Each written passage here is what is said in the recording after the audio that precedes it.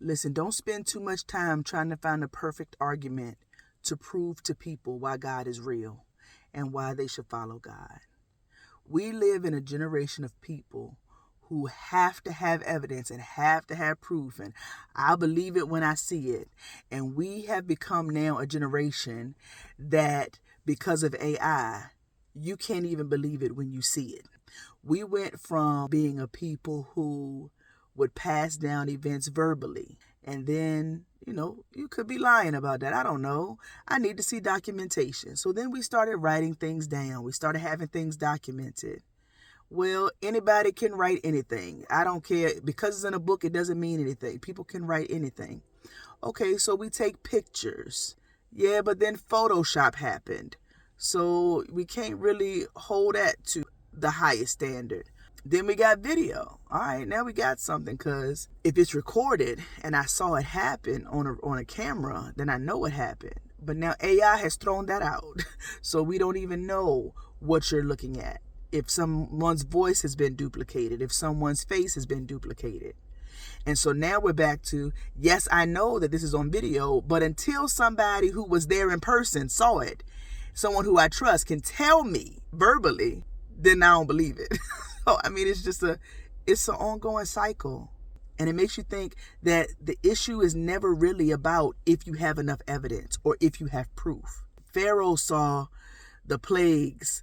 The Israelites saw the Sea of Reeds split. Judas, he was with Jesus right there. A lot of people don't want to hear about biblical people who denied God after they saw amazing miracles. In my own life, my father, who didn't really do doctors, he didn't do dentists, but he had his two back teeth became rotten. And it was so painful. I remember him talking about how excruciating that pain was. And he didn't have insurance. He went to the dentist because it was overbearing. And the dentist took x-rays and showed him how badly decayed his back teeth were and how they had to pull them out. But of course, he had to pay out of pocket. And he said, I can't afford to do both of them. Whatever side is the worst, do that one now. And I'll save up some money and I'll come back and do the other one later. I'll just try to, bear it and make it through until I can get some more money together. Well, some weeks passed and he was brushing his teeth. And he thought, I don't feel that pain anymore. I don't feel anything. And I could probably pay to get that other one straight now. So he went back to the dentist. The dentist looked in his mouth and was really, really confused. Like, what is going on? Because my father had a brand spanking new recalcified tooth. And the dentist was saying, this is not right. Like, what did you do? Where did you go? What happened? And he said, I didn't do anything. I just been living every day, just going to work and doing regular stuff. The dentist said, no, it's something going on because teeth do not recalcify themselves.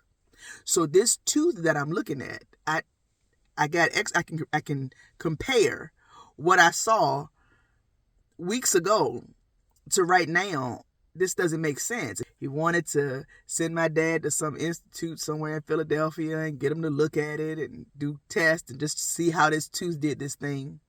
And I remember, thinking like, God, this is amazing. Look what God did. And, if those of you who kind of heard my other videos, my father's an atheist.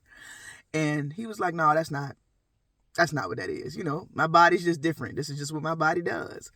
And so there are people who you can give them miraculous things. If they are stuck on the fact that they don't want to believe, they won't believe. It doesn't matter. Don't stress yourself out trying to find proof for people. No, you pray.